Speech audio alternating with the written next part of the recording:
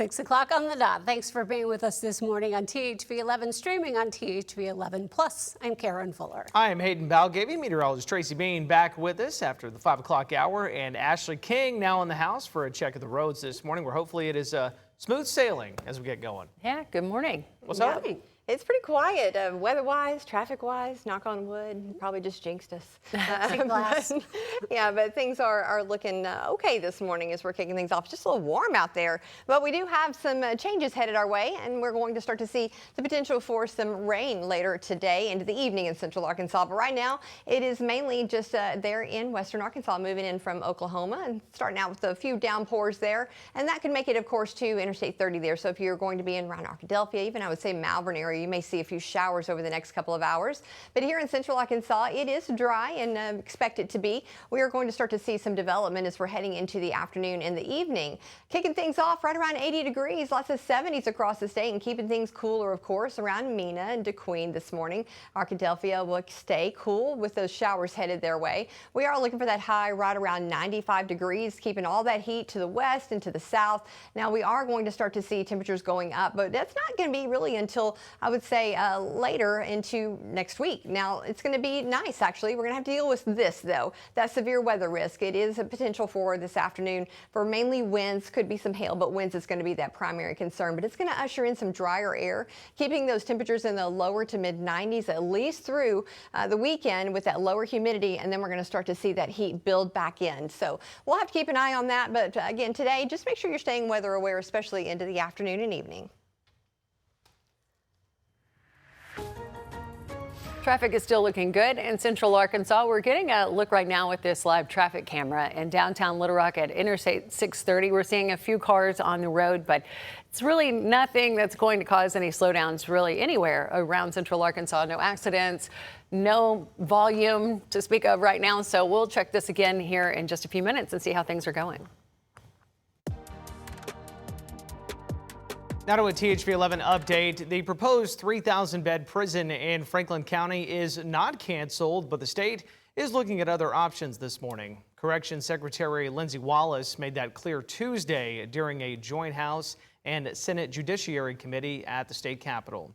The Arkansas Advocate reporting lawmakers are examining ways to add prison beds and reduce the number of people the state needs to house, with the prison project still an option.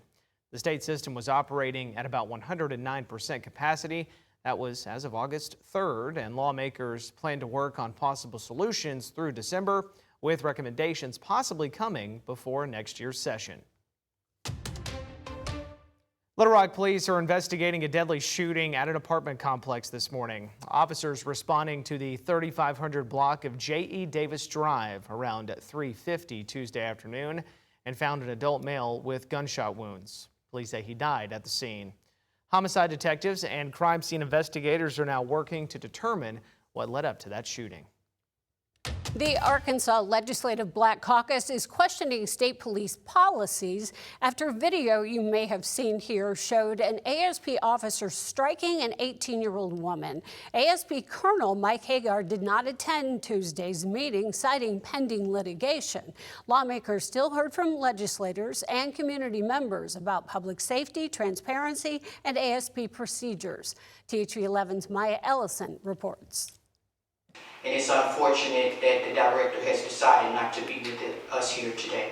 Members of the Arkansas Legislative Black Caucus began Tuesday's meeting by addressing Colonel Mike Hagar's absence. Arkansas State Police say Hagar could not attend because of pending litigation. The agency said he offered to meet privately with caucus members. This was disgraceful, and it's also disgraceful that Colonel Hagar have not put him on administrative leave to protect the public and also to protect him. But I'm not a fan of private meetings. State Representative Jesse McGruger says lawmakers expected to discuss ASP policies and procedures, not the details of the pending case. We just want to understand the better of the policies and procedures, so I was alarmed that we received a message that he's not going to participate. These concerns follow an incident involving 18-year-old Alyssa Hackett and ASP trooper Moises Ariano. Video shows Ariano punching Hackett. In previous reporting, Ariano described his action as a, quote, closed fist strike. And then afterwards say, who said I can't punch you?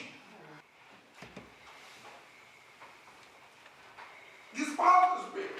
There's no protection for Black lives when something like this happens. Hackett's attorney have filed a lawsuit over the incident. People felt disrespected because Colonel Hager didn't show up. And I felt like this is an opportunity where Colonel Hager could show up just to even outline the process. Lawmakers, as well as members of the community, also question Ariano's current status in the process ASP follows after an incident like this. They say they want state leaders to explain the policies in place and whether anything needs to change. We can sit here and talk about it all we want. Have this meeting, meet face to face with you all, but what's next? Our constituents are saying there's no transparency, that they feel afraid. And so I think as governor, you need to respond to that. Maya Ellison, THV 11 News. And we are still waiting for a response from the governor's office. The trooper remains on the job as state police investigate the use of force.